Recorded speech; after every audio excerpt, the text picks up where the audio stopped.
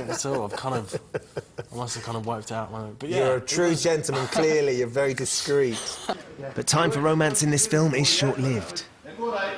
So they're coming to the end of the battle.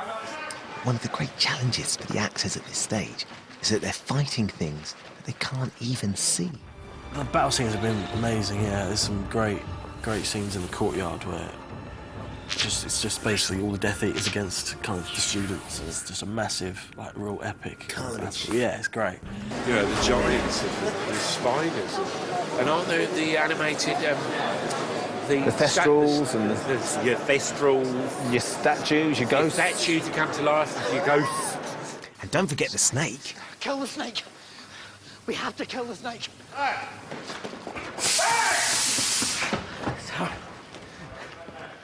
Did you get the snake? I've now said that line or variants of that line is all I say for the last 45 minutes. That's essentially what I do. Kill the snake! We've got to kill the snake! We have to kill the snake! It's all, you know, it's all very much about the snake. And are you going to get it right at some point so we're going to go to lunch? That's a good question.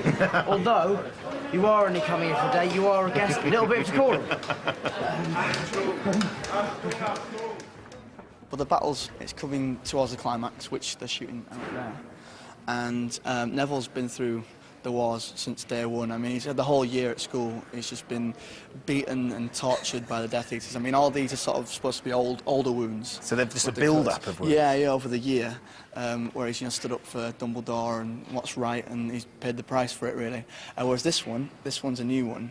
This happens in the burns as well. Look at the burns. This is from the bridge scene where Neville has to try and halt the advancing Death Eaters. And they plant some charges on the bridge, a bit like a bridge too far. Right. And he's on the bridge when it goes down. And then he's just been, again, a bit more. Voldemort's just fired him through with a spell, and he's come 50 yards into here, across all this rubble, and landed somewhere over there. Down that way? On all those beds over there. Handy stretchers to land on. Yeah, exactly. Is it a comfortable fall? I think that's how he survived, with the stretchers. Okay. So he got up and... What have they got, in the world of magic and wonderful craziness, why have they got Second World War mattresses? I can't answer that. No. I can't answer that. But at least you survived. But yes, we survived. Yeah, so we're okay. And he gets up and then stumbles out here for the climax of the battle. I've seen you waving a sword about, and the sword of Gryffindor. Look, here it is. This is the sword keeper. Here we go. This is the sword of Godric Gryffindor. Can I have a feel? He's going to go for it. Oh, that's got a nice weight to it. It's pretty cool, isn't it? So do you get given sort of like sword fighting lessons? We had a few. Like, can you give me a tip? Am I holding it correctly? Is this? You're holding it fine, I guess. Okay. I mean, I'm from Essex, so I have some history with sword fighting. Okay, right. Well, I guess the main thing is to have a very sort of a firm grip on the sword for a start. Right. And then you block it. When it's blocked, we're blocking spells. Yeah. We're actually sword fighting. Okay, so it's a bit. So like it has to be a very extravagant sort of. Go on, show me. Well, what we've been doing is sort of when we're blocking the spells, it's very sort of all the way up like that, and then blocking them away. Really sort of. It's almost like a sliced backhand on a table tennis table. Exactly. Yeah, but with the sword. Slicing it that way. Talk me through what you're doing, because you and Rupert seem to be doing a lot of rolling around in the rubble. We are. Well, you see, we're being chased by a giant snake. Ah, right. We've been watching a lot of attempts to kill this snake today. We have. We keep failing.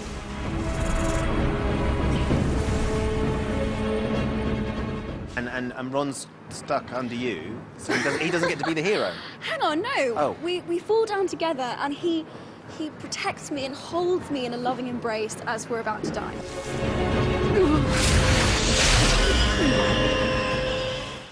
It's quite a tight space where we have to fall in, and we're holding hands as well. And we have to kind of fall, kind of romantically as well. So. Was that stage direction? Yeah. Was he really? Well, yeah, she's got to kind of nestle into me, and it's quite cool. But so, is that something that you coordinate with Emma? Like, this is how we're going to nestle. This is how we're going to do it full romantically. Yeah, because this is after the kiss, all this stuff. So we're kind of a couple now. All this rolling around and fighting, and you're gonna get a few cuts and bruises along the way. This was my addition, the sexy cut lip. Hold on. That's something you did or something you asked for? That was something that I asked for. So you looked at it, so you thought, I've got to have... I was like, if we're going to do this whole epic you know, Beaten up thing. I want a cut lip. And you've got a great graze on your neck as well. Well, that's not love bite, wasn't it? Is it? No. Ron's been in That the would have been rubble awkward. No, this is from Bellatrix. She tries to slit my throat, actually. She's good like that, isn't she? Yeah, she's pretty mean. Yeah. I still find it incredible though, because looking at you, and I'm stood, you know, very close to you, and it still looks so real. So I know, the scar on your neck or the cut on your lip. It's funny because I forget. I wear it all day, and then I catch myself in the mirror, and I'm like, God, I look terrible. I look really bad. No, but it's fun. It's fun. Sounds good. So I'm off to makeup to get a little injury of my own. So Amanda, what are you going to do to me? So we're going to make you battle worn. Oh, okay. So we're going to give you, we have all these little pieces here that we've made up. So this would be like a hit that you could have had a punch underneath the eye. It could have been some falling debris. There's so many places that people could have got wounded in this battle. Majority probably from falling debris, from spells that the Death Eaters are putting on the castle. Okay. So we have a whole pizza box here of an array of different... I didn't know pizza delivery did this sort of thing. Bondo wounds. Yeah. It keeps them flat. So there's all sorts of different scrapes and grazes and things that we put on, and then we can colour them. And then, you know, then you can go out there and get covered in all the dirt. See, the thing about the cuts, though, is I mean, they must be sort of great fun to have on. They love them for the first bit, and they all want the biggest cuts and the biggest wounds, and there's always a battle going on of who's got the best cut. And then that's fine for the first week, and after that, when they're in long makeups, like Neville gets really badly, and he's in makeup for quite a long time, and he's lost interest. Has he? Yeah, and now he wishes that he'd gone for something smaller. And so it sounds it's a good idea at the time, and there's a big sort of lots of scar envy goes on. Who's got the best scar? There's a moral in there, isn't there? Yeah. Be careful what you wish for. Yeah, exactly. After the break, as filming comes to a close, the stars reflect on growing up in the public eye. In Kid Stars Top Trumps, we're worth nothing. Nothing.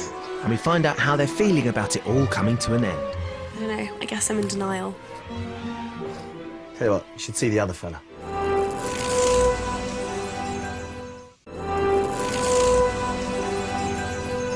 It's nearly the end for Harry, Voldemort, the good, the bad and the ugly who populate the world created by J.K. Rowling in that cafe at the end of the last millennium, which means it's nearly the end for us too. The young stars of the films have grown from children to adults before our very eyes and have actually spent more than half their lives playing their characters. What's that been like watching them grow up? Well, extraordinary, and they've great. It's been lovely, and a bit of a shock.